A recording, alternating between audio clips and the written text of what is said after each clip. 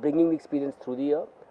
B, a lot of focus on taking the safety aspect of the festival for women, for overall audiences to the next level. The experience which you see around today with the stages and the elements which have been put around the festival going to the next level. And lastly, I think as we move forward into the next year, you will see a lot of elements on the broadcast side with VH1, MTV being used to make sure that the experience and the music goes to many more cities, and we are able to expand the base for the dance music. One more last element is last year itself we put in a lot of emphasis on using local talent into the festival and building it up from there. The same is going to get carried forward, and we'll make sure that our local DJs get right presence on our ground events, and we'll also probably try and get our broadcast medium to use that aspect a little bit more. And I'll leave it to Nikhil to now just talk about. Yes, I think you talk about the app. So we also launched a new app, and I think Nikhil will explain much better about the app play. And it's not about just Supersonic. I think this will be the first app in the Indian market, and for that matter, I think from the global market perspective, where you will get everything about Supersonic, but everything around the globe, what happens in the dance music space being captured in this app. I'll just talk about the app very quickly first. That's the Supersonic app down there. It opens up and it's a really user-friendly app. It's fantastic, and this is part of Supersonic's effort to not just do events, but to also make the music more accessible to fans across India. And as you know, most people in India, especially the younger generation, they live their lives on this, whether it's Facebook or Twitter or YouTube. And having the Supersonic app on your phone, it gives you information and access to different DJs across the world. It talks about different music festivals around the world as well. It also allows you to experience different artists' music by curating it for you on your phone every single day. So today you might be interested in, let's say, EDM as a genre, but it'll also showcase a little bit of techno to you. You might get interested in that form of music and then take you forward there or into the bass music scene. So it's really interesting to have a platform like this to be able to communicate what we want to do with music at VH1 Supersonic and making that music accessible to fans across India. So the app's really important from that point of view. With the festival this year, the key word with the artist lineup, we've had a lot of time, we spent a lot of time discussing that and focusing on that. The key word has been balance, and both JD and I have sat and gone over a huge list of names of artists, and the entire team at Supersonic has finally come together and curated the lineup that we have at the festival this year. So from a music perspective, we've taken a huge leap of faith with our programming with bass music. Now, bass music, in my opinion, is something that most fans in India will instantly fall in love with, but it hasn't got that much of exposure across dance floors in India for the past few years, or it's never got too much exposure. But this year we've put together what is arguably one of the best bass lineups anywhere in the world, not just in India or in Asia. And it's a huge leap of faith to put that kind of money and investment into the bass music scene to see how Indian fans will respond to it. Now, as a festival, it's very important for us to be able to curate the entire scene. And let me explain to you what I mean by that. It's very easy to book DJs that you know will sell you 1,000 tickets because they're hugely popular, they've got huge numbers of fans in India. But if you do that, you're not really opening people's minds to other forms of music. So for sure, we'll book the biggest acts in the world, and we have them this year, above and beyond Dash Berlin, Dylan Francis. But we also have some real quality artists with Carl Craig doing the Detroit Love stage, Calix and TB, Stanton Warriors and Goldie headlining the bass music stage, Maya Jane Coles, who's arguably one of the finest underground artists in the world. So there's a very broad spectrum of music that's available for fans. And what we've tried to do, as we pick different artists across the spectrum, is create that sense of balance. And I keep coming back to the word because that's been very key and instrumental for the entire team here at Supersonic to present the music at the festival. We have to have a sense of balance about it, and I'm really happy with the way it's turned out. Another important factor of the festival, which we spoke about last year and we've carried that forward this year as well, is safety for fans. Safety for dance music fans that come to Goa, especially women. I don't need to harp on what the condition of women's safety is like over here in India.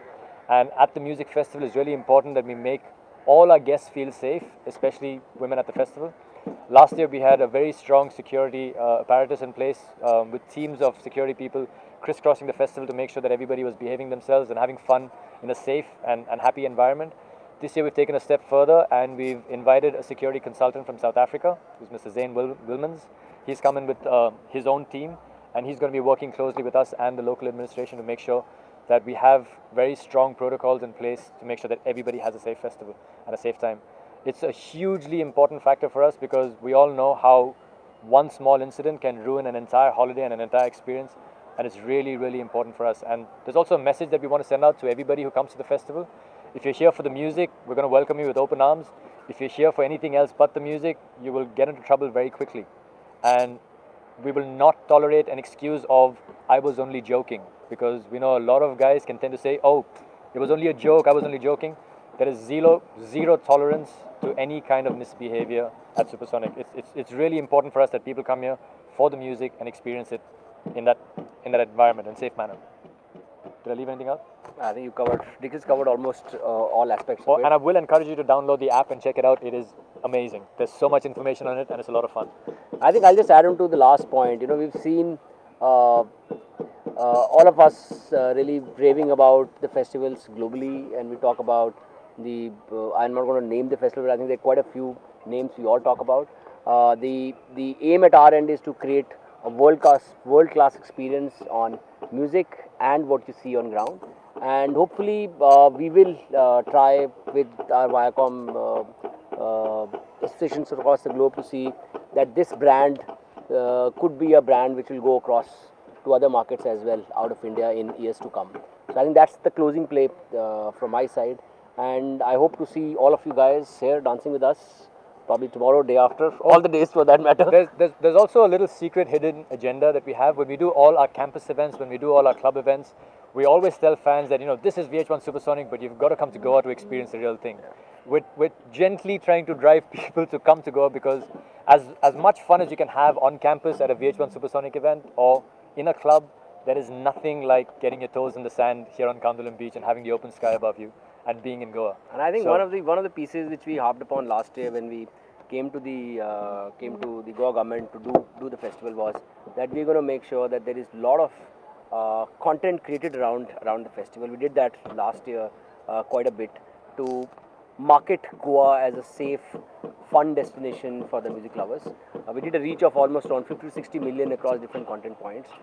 This year, the content play is going to increase, and we have a lot of content pieces planned around the festival which are going to market Goa to the next level. We will also attempt to get some of these content pieces to go to our international beams across different markets, which will also help Goa being marketed as a best entertainment destination to other countries in the world as well. And it's kind of a living up to our promise which we did to the Goa government that we will, for using our broadcast mediums, take this experience which 50,000, 100,000 people see on ground to millions on across the country or globe for that matter. Yeah. 3 stages this year, like last year. 2 of our stages make a comeback, which is the Laboratoire Supersonic, which is the lab stage over on that side. We've also got the Spectrum stage on that side, but the design of the Spectrum stage has changed dramatically. It's become a much bigger stage with a lot more technology aspects driven into it with LED and lights. My video engineer has just told me that the LED that we're using on the Spectrum stage is the brightest LED that we have in the world. So it's going to be like daylight on that stage, but with lots of color and lots of fun things happening on the screen. The stage behind us is called the Iron Heart, and I think most people will know why it's called the Iron Heart. Directly over the LED is a mechanical heart, and it's a little tongue-in-cheek play for VH1 Supersonic's philosophy of putting music first. Everything that we do is from the heart, and from that heart there's a little pipe that comes out that leads into the red and white gramophone that we have on stage as well. So it's music from the heart that comes out through the gramophone. It's a little bit cheeky, but we thought we'll have some fun with it. The design palette that we've used for the Iron Heart is something called steampunk. It's a design culture that's very widely well known across the world. They use it in a lot of films. They use it for art decor sets, and they use it in some music festivals as well, notably Burning Man, which has been happening for many years. There's always some element of steampunk in Burning Man, and it's the first time we've experimented with it over here in Goa, and I think it's come out pretty well. What do you think? I've never seen a stage like this anywhere in India, so I'm really happy with it. I think one of the big aspects comes also about how the cleanliness facilities or your urinals are there in the festival. We've spent some time and our investment into making sure that we've got some world-class stuff happening on that side as well. You got some. I'd like to say this. You know, Yeah. one of the things that no festival in the world ever manages to get right is toilets. It's always an Yeah. uphill task. Yeah. But whichever festival you go to, which especially if it's over many days, the toilets are always an issue. And we actually had some feedback from fans last year, and I didn't realize this, but there were some fans, especially girls, who were uncomfortable coming to the festival early on because they didn't want to use the toilets at the festival. So they would come later, be at the festival for the peak hour times, and then go back to their hotel rooms or to restaurants around Goa and use the toilet facilities. This year we've got air-conditioned toilets. I'm not joking about this. They're air-conditioned toilets, and these are world-class toilets that we've installed at the festival.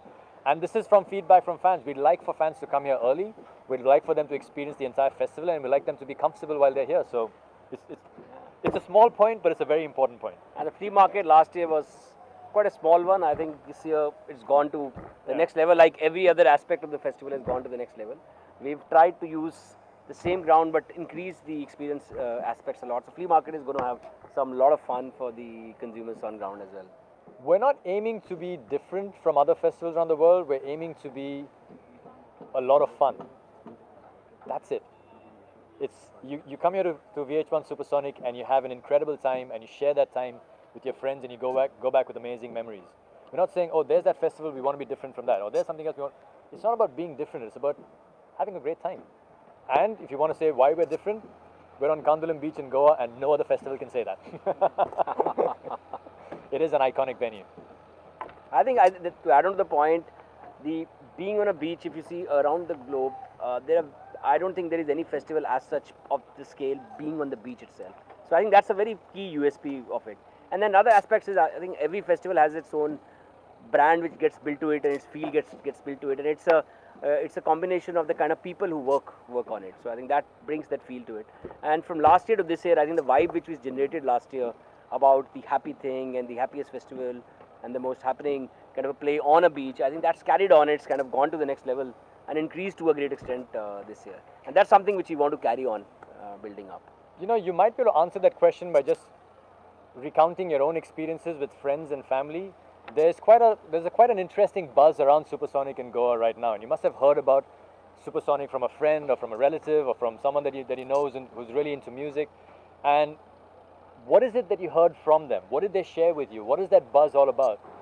If you're able to define that, you'll understand what is unique about Supersonic, because it's something that even I can't put my finger on, but I've been hearing so much about Supersonic around me, and not just because of the people that I work with, but from outside as well, on social media, on Twitter and on Facebook. There's something refreshing. It's almost like coming back to life. It's like you're breaking out of something. There's this buzz around it.